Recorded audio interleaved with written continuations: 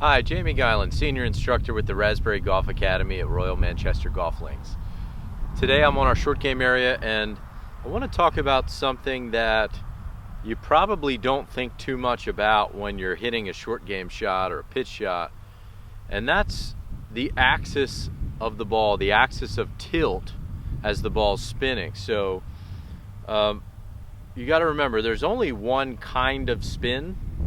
And as soon as the ball struck off the face, it's going to have revolutions of backspin, but then the axis is going to tilt, providing curve right or left. So we call it hook spin and slice spin, but it's really all just one spin. It's just the way that the ball tilts right or left in the air. And when you're hitting a short game shot, you may or may not have the ball tilting one way or the other, but I want to show you the difference in how it affects bounce and roll.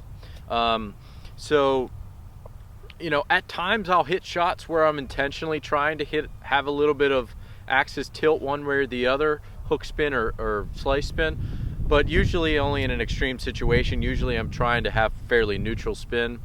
But where I'll see it is when players don't really realize that they're doing this.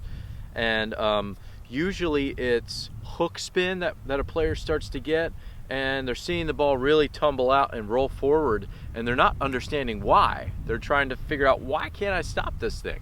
And it's usually from the axis tilting to the left too much for a right-handed player.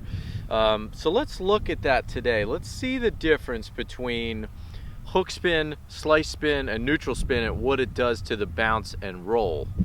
Now, unlike a full shot when you could probably visually see the ball curving in the air, you got to really look for this one. It's not going to, obviously it doesn't have as much time in the air. It's not going to have as much of that dramatic look. I'm going to try to really exaggerate these today, and I'll show you the difference. The first one I'm going to do is the hook spin, or axis tilted to the left a little bit in the air, and I'm going to exaggerate it. So I'm going to shut the face down a little and really try to swing it with a right swing plane or into-out swing plane. So let's take a look at what happens to it. And this again is a 57-degree loft. I'm going to use it for all three shots.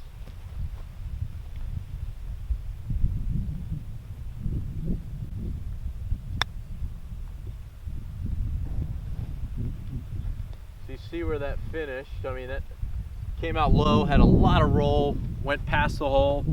Now I'll try to do a slice spin axis, tilted to the right in the air. So I'm gonna have the face be a little open to the pad and swing it outside in.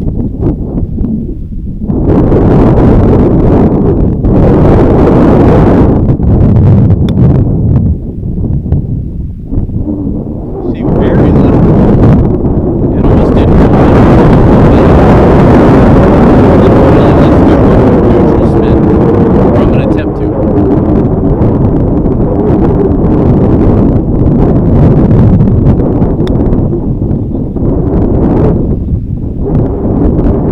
So that one rolled about 3 yards. So there's the difference. If you look at those three shots, there's the big difference.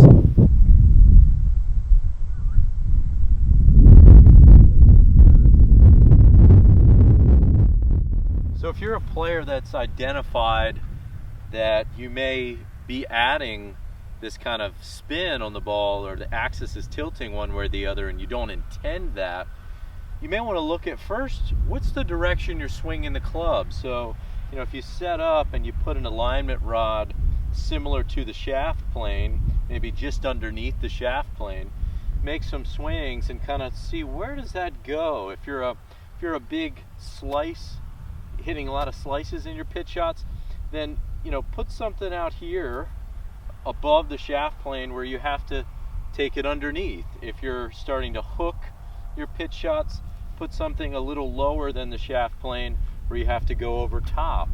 And orienting the club face to the path is what causes that axis to tilt. Remember that's the key ingredient.